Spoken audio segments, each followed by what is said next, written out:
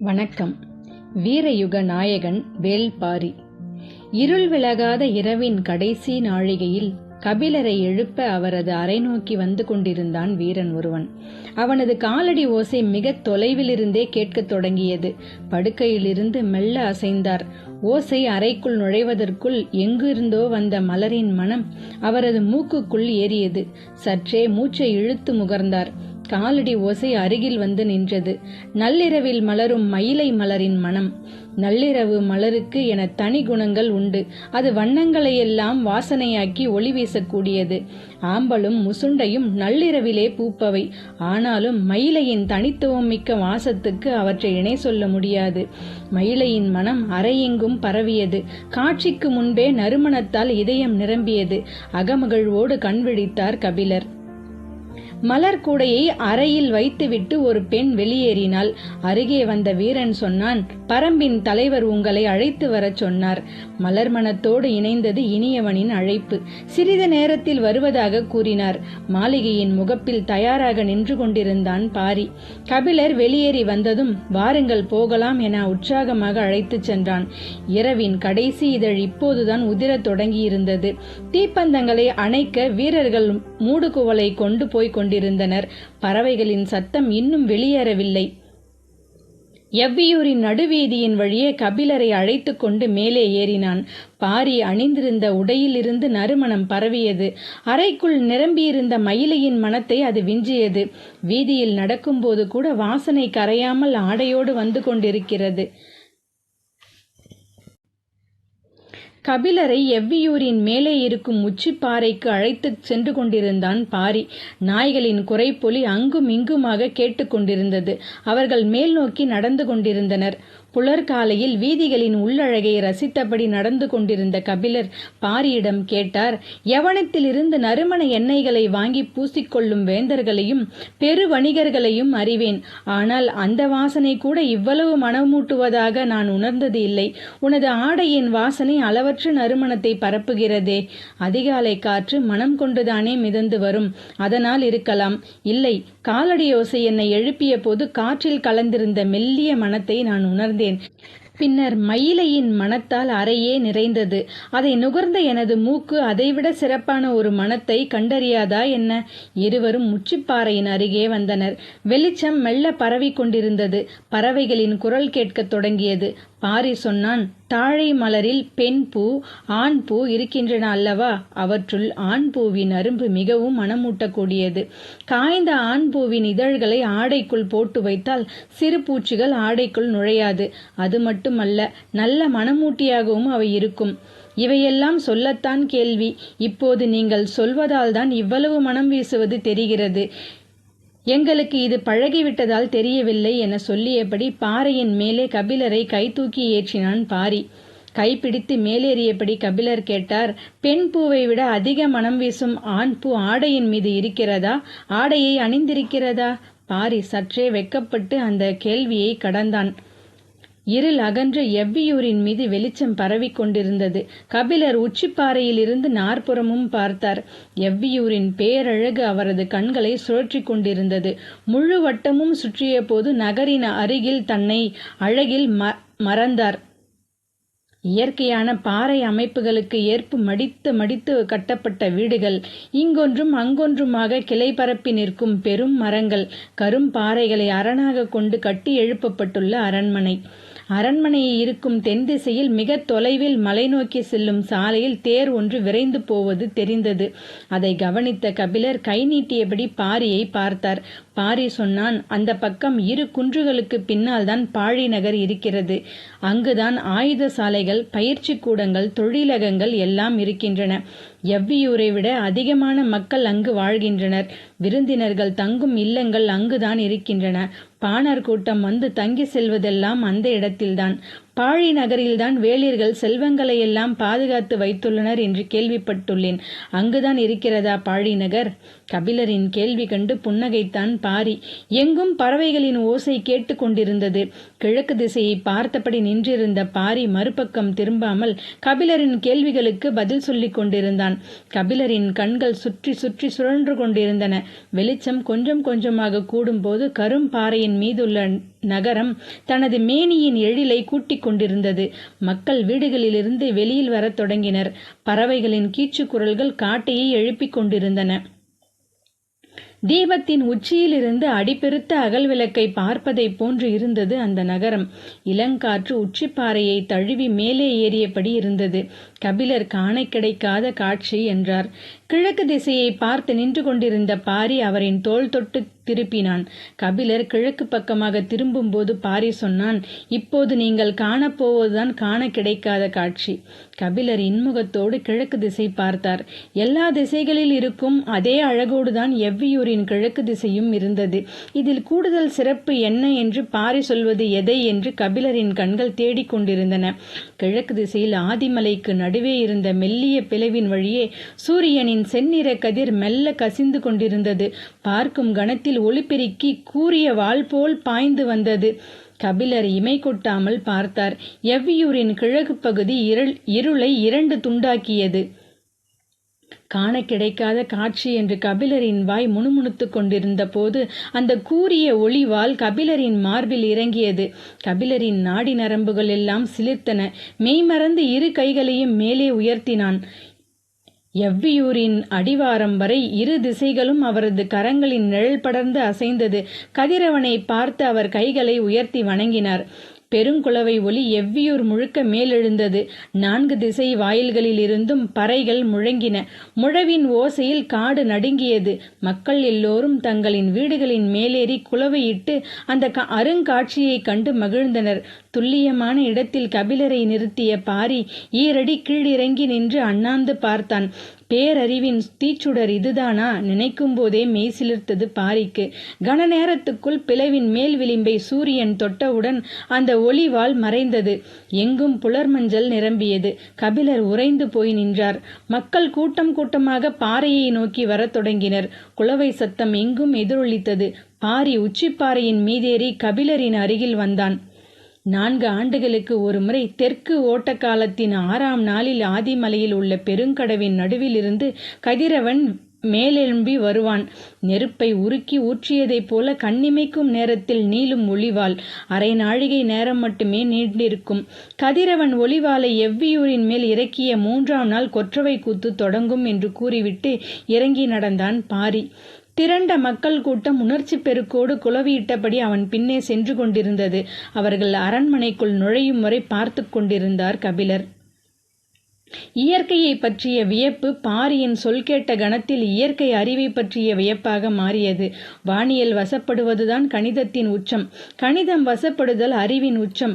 நோக்கறிவு கொண்டு விண்மீன்களை கணித்தலும் கதிரவனின் நகர்வை அளத்தலும் மனிதனின் அபார சாதனை. இந்த சாதனைகளை சொந்தமாக்கி வைத்துள்ளவர்கள் மூவேந்தர்கள். வானியலையும் கணிதத்தையும் தலைமுறை தலைமுறையாக கற்று ஆளும் கணியர்கள் அவர்களிடமே இருக்கின்றனர். அதனால்தான் நீரும் நிலமும் வானும் வேந்தர்களுக்கு வசப்பட்டிருக்கின்றன. ஆனால் இந்த பேரறிவு சின்னஞ்சிறு வேளிர் கூட்டத்துக்குள் எப்படி வசப்பட்டது? 1 வாரத்துக்கு முன்பே கொற்றவை கூத்து தொடங்கப் போவது பற்றி வேட்டூர் பழையன் சொன்னது கபிலருக்கு நினைவு வந்தது. 4 ஆண்டுகளுக்கு ஒருமுறை 1/2 நாழிகை நேரம் மட்டுமே நிகழும் ஒளிவாளின் கோலக்காட்சியை நாளும் நேரமும் தவறாமல் எப்படி இவர்கள் கணக்கிட்டனர்? அடுத்தடுத்து எழுந்த கேள்விகள் கபிலரை திக்குமுக்காடச் செய்தன. கதிரவன் தகதகத்து மேலேறிக் கொண்டிருந்தான். திகைப்பிலிருந்து மீளா கபிலர் சிறிது நேரத்துக்கு பின்னர் பாறையை விட்டு கீழே இறங்கினார். அவரை அழைத்துச் செல்ல வீரர்கள் நின்றிருந்தனர். ஊரின் தென் திசைக்கு போய்விட்டு அரண்மனைக்கு வருவதாக சொல்லி அவர்களை அனுப்பினார். அவரை சந்திக்க காத்திருந்த மக்களுடன் ஆங்காங்கே நின்று பேசியபடி கீழே இறங்கிக் கொண்டிருந்தார். ஒவ்வொருவரும் அவருடன் பெரும் மகிழ்வை பகிர்ந்து கொண்டனர். தென் திசையின் அடிவாரம் வந்து சேர்ந்தவர் அரண்மனையை நோக்கி நடக்கத் தொடங்கினார். பாண்டிய நாட்டு பெருங்கணியன் திசைவேழரின் நினைவு வந்தது. நீளும் நிழல் கொண்டு உலகை அளக்கும் அவரை கபிலர் தன் ஆசான்களில் ஒருவராக எண்ணுவார். கண் சிமிட்டாத விண்மீன்களைப் போல வானத்தை பார்த்து கொண்டே இருக்கும் வானியலாளர். தலைமுறை தலைமுறையாக சேகரித்த அறிவு சேகாரத்தின் உறைவிடம். கபிலர் அந்த வான் உழவனின் தாழ் பணிந்து பாடிய கவிதைகள் ஏராளம். அவர் தம் முன்னோர்கள் கண்டறிந்து பெயர் சூட்டிய வெள்ளியை கண்டுதான் இன்று நாளும் நேரமும் கணிக்கப்படுகின்றன. வானம் மிதந்து கொண்டிருக்கும் ஒரு மாயத்தட்டு, கற்பனைக்கு எட்டாத பேருலகு. மனிதன் தனது அறிவால் அதை கணிப்பது என்பது நம்ப முடியாத அதிசயம். தரதரவென்று தனது கையை இழுத்து கொண்டு போய் இயற்கையின் கூர்முனையின் எதிரில் துல்லியமாக நிறுத்திவிட்டான் பாரி. பெருங்கணியன் திசைவேழர் இந்த நாளில் தன்னோடு இருந்திருந்தால் எப்படி இருந்திருக்கும்? பாரியை கட்டி அணைத்திருப்பார். நாட்டு தலைவர்கள் யாருக்கும் இல்லாத நாள் அறிவும் கோள் அறிவும் பாரியிடம் இருப்பதைக் கண்டு திகைத்திருப்பார். திசைகள் மட்டுமே திகைப்பை ஏற்படுத்தக்கூடியவை. திக்கு தெரியாத திகைப்பை நிலமும் கடலும் வானும் ஒவ்வொரு கணத்திலும் உருவாக்கும். அந்த திகைப்பை வெல்ல தெரிந்தவர்களே திசையாலும் கணியர்கள். எனவே அவர்கள் மனிதர்களை கண்டு ஒருபோதும் திகைக்க மாட்டார்கள். ஆனால் இன்று பாரியின் செய்கையை பெருங்கணியன் கண்டிருந்தால் திகைக்காமல் இருந்திருக்க மாட்டான் என எண்ணியபடி இடப்புற வீதியின் வழியே திரும்பி நடந்தார் கபிலர். எதிர் வந்த பெண் ஒருத்தி கை நீட்டி அவரின் பாதையை மறித்தாள். விலகி போக முயல்கிறாளோ என நினைத்த கபிலர் வலப்புறம் நகர்ந்த போது அவள் இன்னொரு கையையும் நீட்டி வழியை அடைத்தாள். பெருங்கணியன் இரு பக்கங்களும் கைகளை விரித்து நீளும் நிழலின் நகர்வுகளை தனக்கு சொல்லிக் கொடுத்தது நினைவுக்கு வந்தது. உள்மனதின் கணியன் உருவம் படிந்திருக்க அந்த கையை விலக்கி நடக்க முயன்றார். ஆனால் அந்த பெண்ணின் கைகள் அவருக்கு இடம் தரவில்லை. மரித்த கைகள் தட்டி நின்றன. அப்போதுதான் கணியனின் நினைவிலிருந்து மீண்டு அந்த பெண்ணை உற்று பார்த்தார் கபிலர். நேர்கொண்டு பார்த்த அந்த இளம் பெண்ணின் கண்கள் கோபத்தை கக்கின. ஏனம்மா வழிமறிக்கிறாய்? கபிலரின் கண்களையே கூர்ந்து பார்த்தாள். பாரியிடம் நட்பு கொள்ளும் தகுதியுண்டோ உம்மிடம்? கபிலர் அதிர்ந்து போனார். நெஞ்சில் கூர்மை கொண்டு இறங்கியது சொல். ஏனம்மா இப்படி கேட்கிறாய்? என்ன தவறு இழைத்தேன் நான்? மௌனத்தின் வழியே கபிலரின் அதிர்ச்சியை அதிகப்படுத்தினாள். எந்த வகையிலும் அவளின் கோபத்துக்கான காரணத்தை கபிலரால் தொடர்பு படுத்திக் கொள்ள முடியவில்லை. எவ்வளவு பதற்றமான சூழ்நிலையிலும் கார்காலத்து இரவில் இங்கிருந்து பாழி நகருக்கு தேர் ஏறி செல்ல மாட்டான் பாரி, தெரியுமா உமக்கு? கபிலர் பதில் எதுவும் சொல்லாமல் அவளின் கண்களையே பார்த்தார். அவள் தொடர்ந்தாள். கார்காலத்து இரவுகளில் மான்கள் இணை சேரும். தனது தேரின் ஒளி அவற்றின் இணக்கத்தை குலைத்துவிடும் என்பதால் தேரில் செல்ல மாட்டான். ஆனால் உமது செயல் அதற்கு நேர் எதிராக இருக்கிறது. இளம்பெண் உதிர்த்த சுடு சொல் கண்டு அஞ்சினார் கபிலர். யான் செய்த பிழை என்ன மகளே? அவளின் கண்கள் குளமாகின. அழகிய பூக்காடாக இருந்த எம் காதலின் புயல் காற்று விசை செய்து விட்டீர். கலங்கி நிற்கும் உனது கண்கள் என்னை பதற வைக்கின்றன. எனக்கு விளங்கும்படி சொல். உங்களால் தான் அவன் புகழின் உச்சியை அடைந்திருக்கிறான்.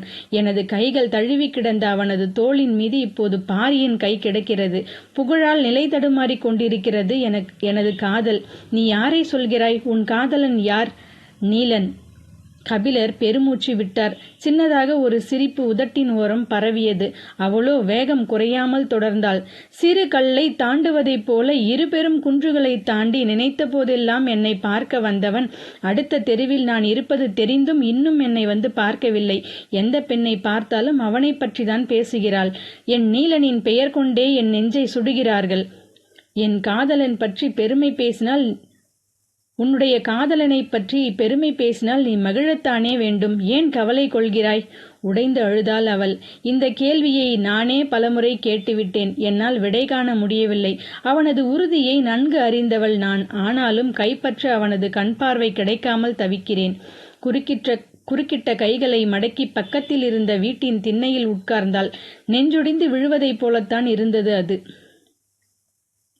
எங்களின் குன்று எவ்வளவு அழகானது தெரியுமா? யார் கண்பட்டதோ தெரியவில்லை. பொழுதெல்லாம் எங்கள் காதல் செழித்து வளர்ந்த அந்த நிலத்தின் அடிவாரத்தில் ஒரு தேர் வந்து நின்றது. கபிலர் சற்றே சுதாரித்து பார்த்தார். எனது மடிமீது தலை சாய்த்து இருந்தான். நான் தான் யாரோ ஒருவர் தேரிலிருந்து இறங்கி வேட்டுவன் பாறையின் கால் பதிக்கிறார் என்றேன். எனது காதலின் அமைதியை எனது சொல் கொண்டே கெடுத்து விட்டேன். சொல்லிக் கொண்டிருக்கும் போது கண்ணீர் வழிந்தோடியது. துடைத்தபடி தொடர்ந்தாள். குயில்கள் கூவும் அந்த மாமர நிழலில் இதழ்விட்டு நழுவிப்போன அவனது மறுமுத்தத்துக்காக அன்று முழுவதும் காத்திருந்தேன். வரவில்லை. மறுநாள் அவன் ஊருக்கு போனேன். வந்திருப்பவருக்கு காலில் அடிபட்டுள்ளது. நீ எவ்வியூருக்கு போ. 2 நாளில் நான் அவரை அழைத்து கொண்டு வந்து விடுகிறேன். கொற்றவை விழா முடியும் வரை நாம் அங்கு மகிழ்ந்திருப்போம் என்று சொல்லி அனுப்பினான். கபிலர் தனது கதையை தானே கேட்டுக்கொண்டிருந்தார். எனது காலடிக்கு பின்னால் ஒரு காதல் நடந்து வந்திருக்கிறது. எவ்வளவு அழகான இளம் பெண்ணின் இதழ் முத்தம் விலக்கி வந்தவனா தசை பிறண்ட பின்னும் என்னை தாங்கி வந்தான். நீலன் மீதான மரியாதை இன்னும் கூடியது. அவள் தொடர்ந்தாள். எவ்வியூருக்கு வந்த பின்பாவது நான் வாய் பொத்தியிருக்க வேண்டாமா? உனது காதலன் வருவானா என கேட்ட எனது தோழியிடம் கபிலர் என்று ஒருவர் கால் ஒடிந்து கிடக்கிறார், அவரை அழைத்து கொண்டு வர வேண்டுமாம், 2 நாட்கள் ஆகும் என்று சொல்லி அனுப்பியுள்ளான் என்றேன். கபிலருக்கு அவளை மகளே என அணைத்து பிடித்து கதை கேட்க வேண்டும் போல் இருந்தது. எல்லாம் எனது போதாத காலம். எதை சொன்னாலும் அது பிரச்சனையாக மாறித்தான் போகும். நான் சொன்ன சொல் பாரியின் காதுக்கு எட்ட உடனடியாக என்னை அரண்மனைக்கு அழைத்துச் சென்று விசாரித்தனர். நான் கபிலருக்கு கால் ஒடிந்ததால் எனது காதலின் நாள் ஒடிந்த கதையை சொன்னேன். அவ்வளவுதான். இரவோடு இரவாக பாரியே புறப்பட்டு புலிவால் குகைக்கு போய்விட்டான். கபிலருக்கு ஆச்சரியம் தாங்கவில்லை. தன்னை ஒரு கைப்பிடித்து நீலன் அழைத்து வந்ததைப் போலவே மறு கைப்பிடித்து இவளும் அழைத்து வந்திருக்கிறாளே என மகிழ்ந்து கிறங்கினார். போதாத காலத்தை புலம்பித்தான் தீர்க்க வேண்டும் என்பார்கள். கபிலரை பாரி தனது தோளில் ஏற்ற என்னை தனது நெஞ்சில் ஏற்றி வைத்திருந்தவன் எங்கு சென்றானோ தெரியவில்லை. கண்ணீரை துடைத்தபடி சொன்னாள். ஊரே பேசுகிறது. நேற்று இரவு அவனுக்கு 60ஆம் கோழிக்கறி விருந்து படைக்கப்பட்டதாம். உள்ளங்கையில் கஞ்சி காய்ச்சி அவனது உதடு விலைக்கு ஊட்டிவிட்ட எனது அன்புக்கு இணையாகுமா இந்த உலகு? சொல்லுங்கள், அந்த கொடியவனை என்ன செய்யலாம்? கனநேரமும் தாமதிக்காமல் பதில் சொன்னார் கபிலர். அது தெரியாமல் தான் நானும் விழித்துக் கொண்டிருக்கிறேன். நான் தங்கியுள்ள இடத்தில் என்னோடுதான் அவனும் தங்கியுள்ளான். நேரம் கிடைக்கும் போதெல்லாம் மயிலா மயிலா என்று எவளோ ஒருத்தியின் பெயரை சொல்லி புலம்பிக் கொண்டே இருக்கிறான். அந்த பெண்ணுக்கு நள்ளிரவு பூக்கும் மயிலை மலர் மிகவும் பிடிக்குமாம். முழு நிலா நாளில் மயிலம் பூச்சூடி அவள் மீது காதல் கொண்டானாம். இன்று எப்படியாவது அவளை பார்க்க வேண்டும் என்பதற்காக எனக்கு தெரியாமல் நான் கேட்டதாக அரண்மனையில் சொல்லி மயிலை மலரை கொண்டு வந்து வைத்திருந்தான். இன்று காலை அவளுக்கு சூட்டப் போயிருப்பான் என்று நினைக்கிறேன். வெட்கமும் ஆசையும் பீரிட்டு மேலெழும்பியது. ஆடைகளை கொண்டு கண்ணீரை துடைத்தாள். அதையும் மீறி சிந்தியது சிரிப்பு. மகிழ்வை மறைக்க மெனக்கிட்டாள். முடியவில்லை. கண்ணீர் வெடித்து காதலாக மலரும் அந்த அதிசயத்தை அருகே இருந்து ரசித்தபடி அவளின் கரம் பிடித்தார் கபிலர். விடுமையா கையை, இன்னொரு நாளும் உம்மால் வீணாகி விடக்கூடாது என சொல்லியபடி பிடித்த கையை உதறிவிட்டு ஓடினாள் மயிலா. நன்றி.